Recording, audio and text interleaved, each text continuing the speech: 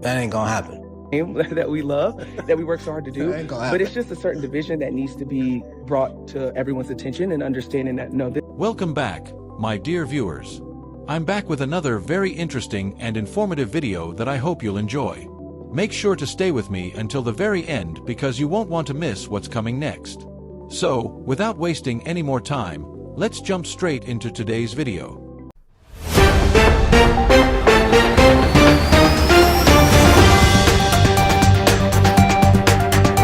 All right, so we have to get into this. Enough's enough. Are y'all trying to bully Caitlin Clark at this point? Y'all are running around acting like a bunch of bullies right now, and it is out of pocket. It's out of line. We have got to get into it. Chelsea Gray, Asia Wilson, Becky Hammond. It sounds like y'all threatening Caitlin Clark at All-Star Weekend. It sounds like a threat. Y'all trying to punk her. Y'all trying to bully. Oh, no, we gonna have us talk. The sports establishment didn't just lose control of the game tonight. The entire corporate hierarchy suffered a complete, terrifying meltdown behind closed doors.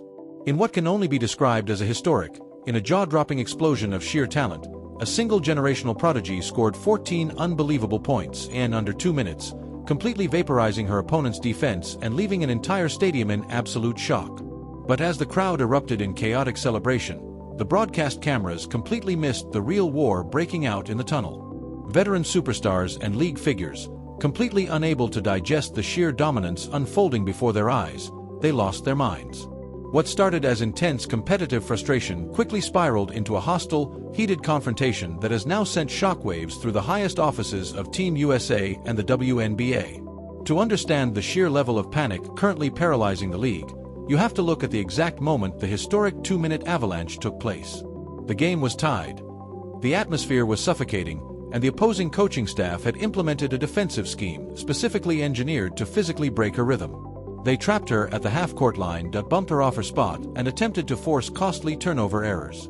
But elite genius does not bend to standard pressure. Instead of retreating, she stepped up to the deep logo and unleashed a rapid-fire sequence of ice-cold three-pointers and miraculous full-court passes that completely dismantled a championship caliberister in a matter of seconds. The stadium transformed into an absolute pressure cooker. Every single possession felt like a dagger straight to the heart of the old guard. The defense looked utterly helpless. The opposing bench sat frozen, in complete panic, and the arena crowd roared with a level of decibels that hasn't been witnessed in modern sports history.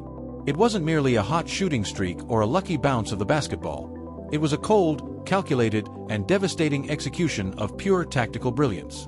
She single-handedly turned a dogfight into an absolute blowout, proving beyond a shadow of a doubt that traditional defensive schemes are completely useless against a player who operates on an entirely different plane of reality. To the black lesbians and Asia Wilson. Wow. Let's get right into it, shall we? Like the video, hype the video. Let me know your thoughts in the comment section below and subscribe to the channel. That would mean so much to me. Before we get into this, folks, what's going on in the WNBA when it comes to fans talking shit, being mean, saying not nice things? It happens in all sports leagues. These women are just so emotional and so soft, they can't handle it. They've been begging for 30 years, I want attention, but only good attention. As soon as they get that attention, ooh, this is too much attention. Too many people are saying mean things. Too many people are calling me trash. Too many people are saying I can't make layups. Oh my gosh, that person called me a mean name. They're flipping out. They're going cuckoo, cuckoo, cuckoo. And now they're saying, Kathy Engelbert, you have to do something. Pothole 6627 is saying not nice things to me on Twitter. Kathy, say something, please. Oh no. Oh no. A random person. Oh, the horror. Chelsea Gray thinks that because she aired this person out, it's going to make people think twice. But as the final buzzer echoed across the floor and the broadcast anchors began wrapping up their standard post-game coverage, the Real story was just beginning behind the security doors. Unfiltered reports emerging from the arena corridors reveal that top league veterans, completely consumed by professional jealousy and unable to handle getting outclassed on live international television, he cornered the superstar during the post-game walkout. Aya Wilson, visibly shaken and unable to contain her boiling frustration, reportedly confronted her directly in the hallway with an aggressive, hostile warning, "We need to talk." The tension in that narrow hallway was so thick that stadium security teams and venue personnel had to step in immediately to prevent the verbal altercation from escalating into a physical incident. What makes this situation so alarming? It is not just the frustration of a defeated rival but the institutional backing that followed. Rather than stepping in to de-escalate hostile behavior. We had that conversation, so that's what we're gonna do. Wait a minute, so at All-Star, we have to have a who you gotta have a conversation with? Who you gotta have a conversation with? Caitlin Clark already said what she said. She's already come out and denounced it. She came up and spoke up for black women during her rookie season. She was trying to get y'all paid more money behind the scenes during her rookie season. She spoke out against it again after the Alyssa Thomas situation. What more is there for her to say? Legacy coaching figures like Becky Hammond reportedly doubled down, supporting the confrontation and attempting to justify the aggressive pushback.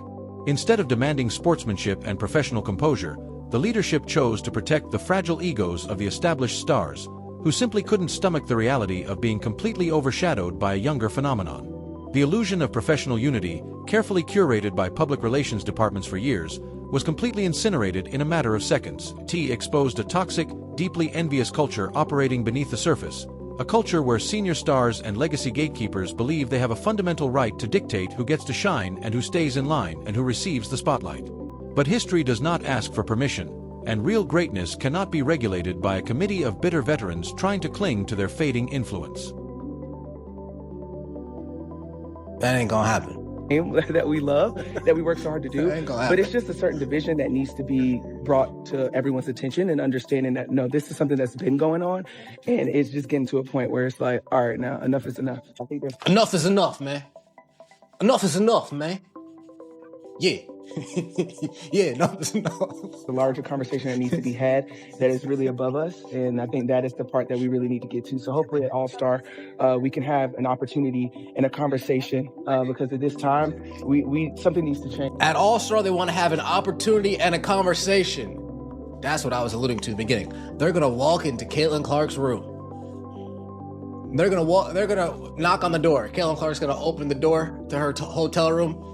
She's going to peek through it, and there's going to be that, that sliding thing on the door, and all there's going to be is like the chain, and she's going to peek through and say, oh shit, she's going to try to close the door, and then all the players at one time, Brittany Griner, A'ja Wilson, they're all going to just, let me in, they're going to bum rush her, they're going to bum rush into that room, and they're going to tie Caitlin Clark up to a chair.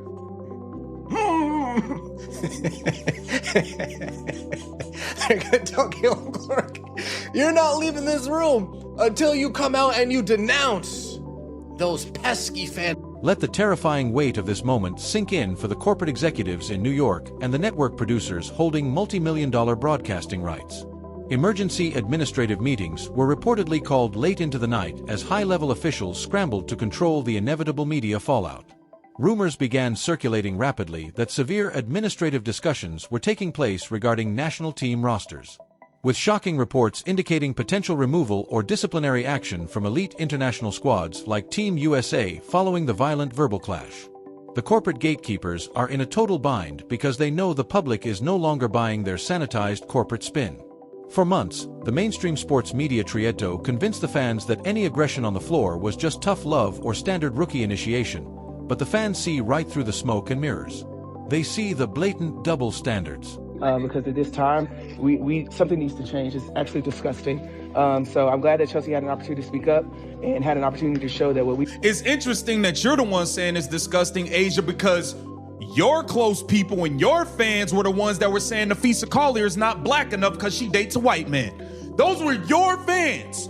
Your fans. So I hope when you want to have this talk in this meeting, you address your fans when Nafisa Collier was winning the MVP race last year before she hurt her ankle. Your fans were blasting her saying she's not black enough, she's dating a white man and all of this stuff. Your fans was being racist. Your fans been online being racist toward Caitlin Clark. I hope you got something to say about your damn fans. I hope so.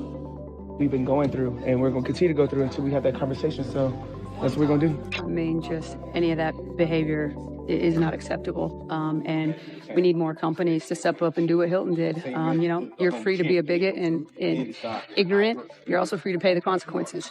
And I think it's just a lot of times it's too easy to hide behind phones. And I'd rather people show up and be. Okay, so she's saying she wants more people to do what Hilton did. Hilton fired the guy who said what he said to Chelsea Gray. How are you going to fire people? And that's fine with me. That's fine. Whatever. That's cool. They see the referees deliberately turning a blind eye to dangerous physical hits to the head and face, and they see an outdated establishment desperately trying to protect its favored corporate icons from getting completely erased from the history books by an unstoppable force. The entire commercial strategy, the league, is now crumbling under the weight of its own hypocrisy. Corporate sponsors who poured millions of dollars into promoting legacy stars are watching the financial center of gravity shift entirely toward a single generational anomaly.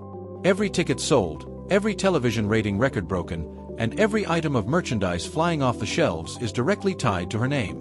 The old guard operating in the front offices thought they could leverage her massive popularity to elevate their entire brand while simultaneously treating her with disrespect in the background. But that parasitic strategy has officially reached its expiration date. You cannot profit off an athlete's unmatched brilliance on one hand while actively facilitating a culture of hostility against her on the other. Knock it off, man. Y'all claim y'all don't want fans, but y'all claim all her fans are racist, but y'all want to reap the benefits and collect more money from her fans, right? So which one is it? Y'all want to have your fucking cake and eat it too, and it's not going down. Like, stop it. Been in touch with the league about this, and if so, have they offered their support?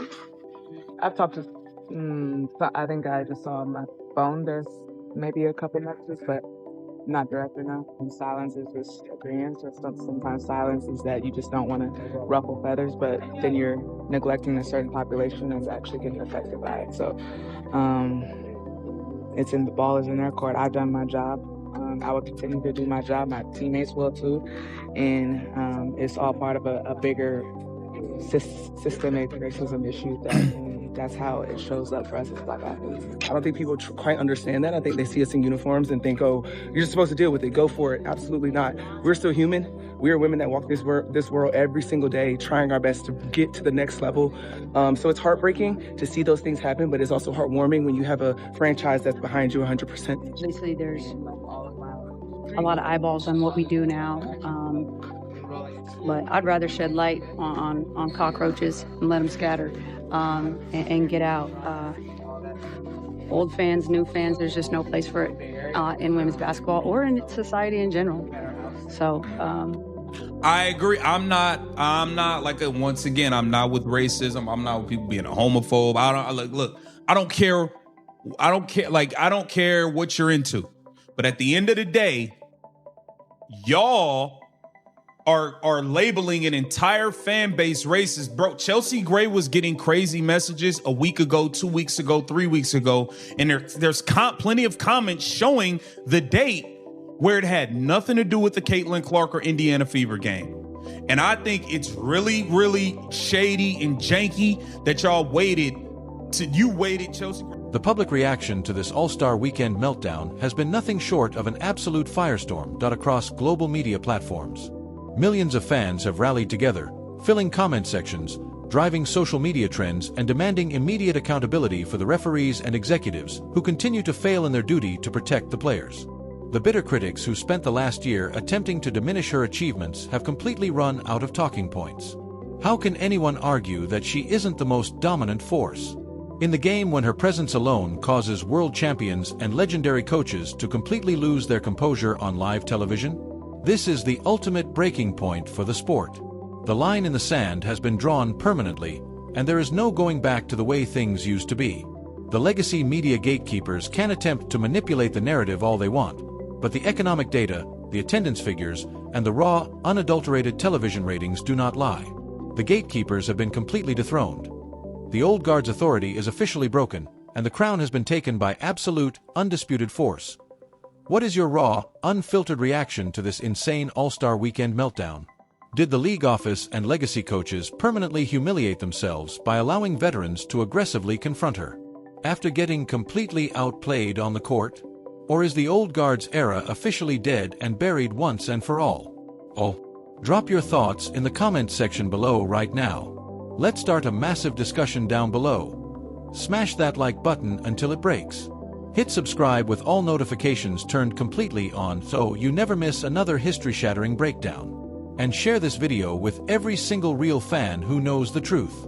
Thanks for watching, and we will see you on the very next explosive broadcast.